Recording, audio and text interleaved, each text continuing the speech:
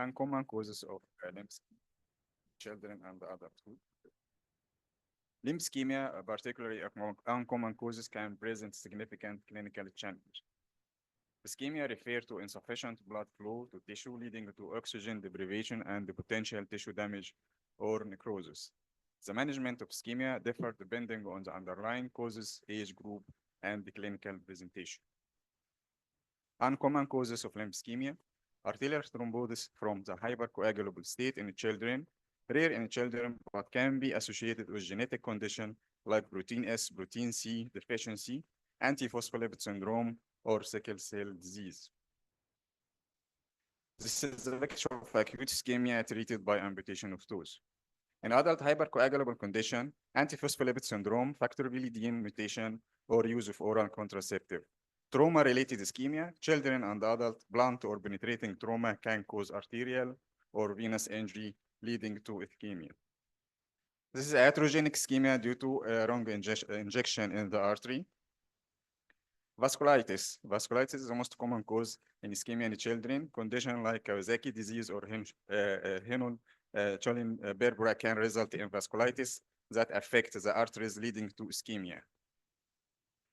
Giant cell arteritis or Takayasu arteritis can affect the large vessel and reduce blood flow to the limb.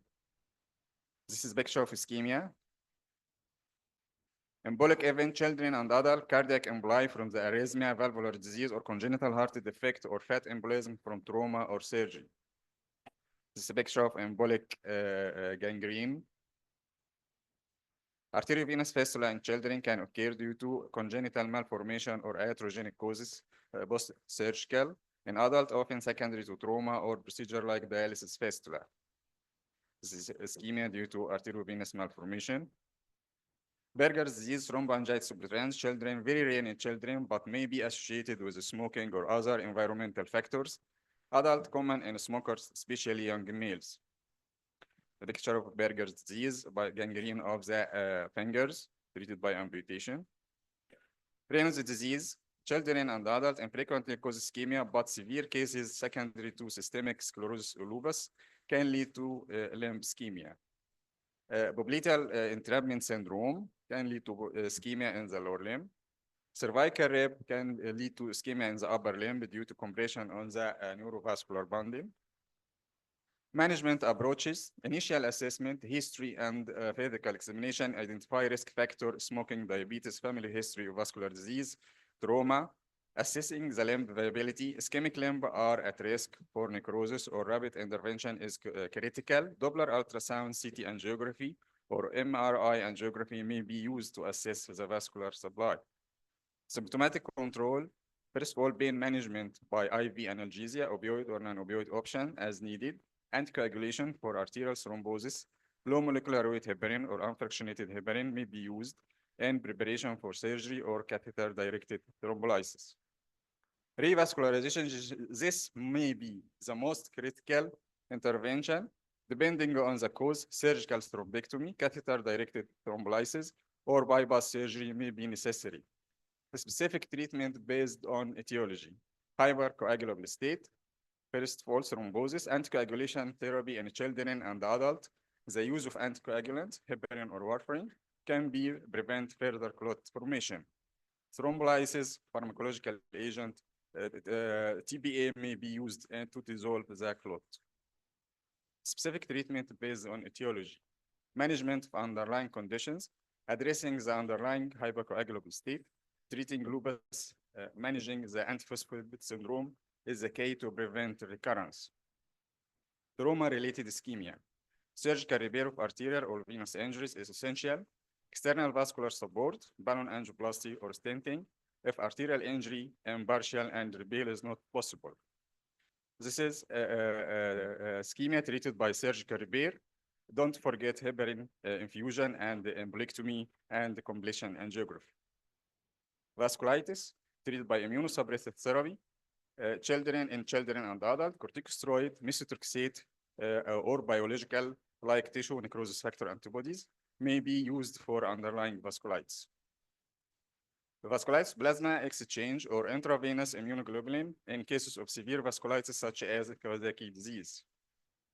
Embolism, embolectomy, surgical removal of emboli may be necessary in case of arterial embolism and coagulation to prevent recurrence.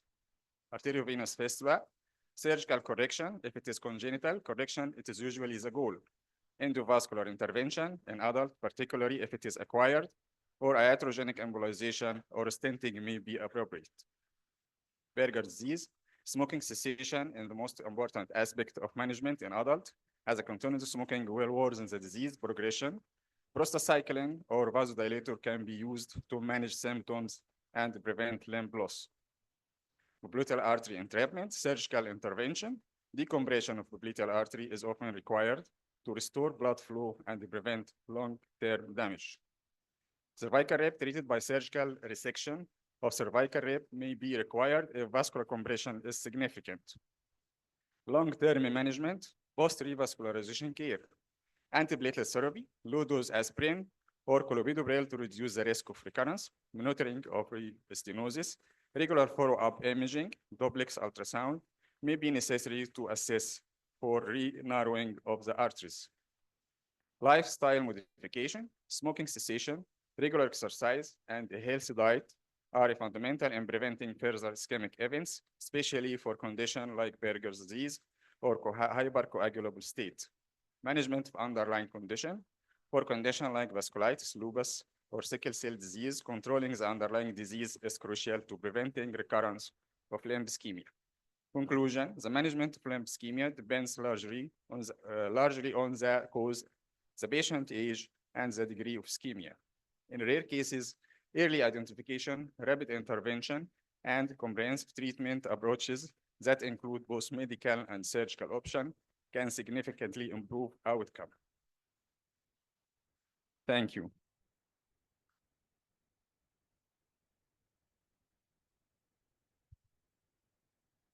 Thank you, Professor. Next up, we have Dr. Ahmed Khaled with cirrhoid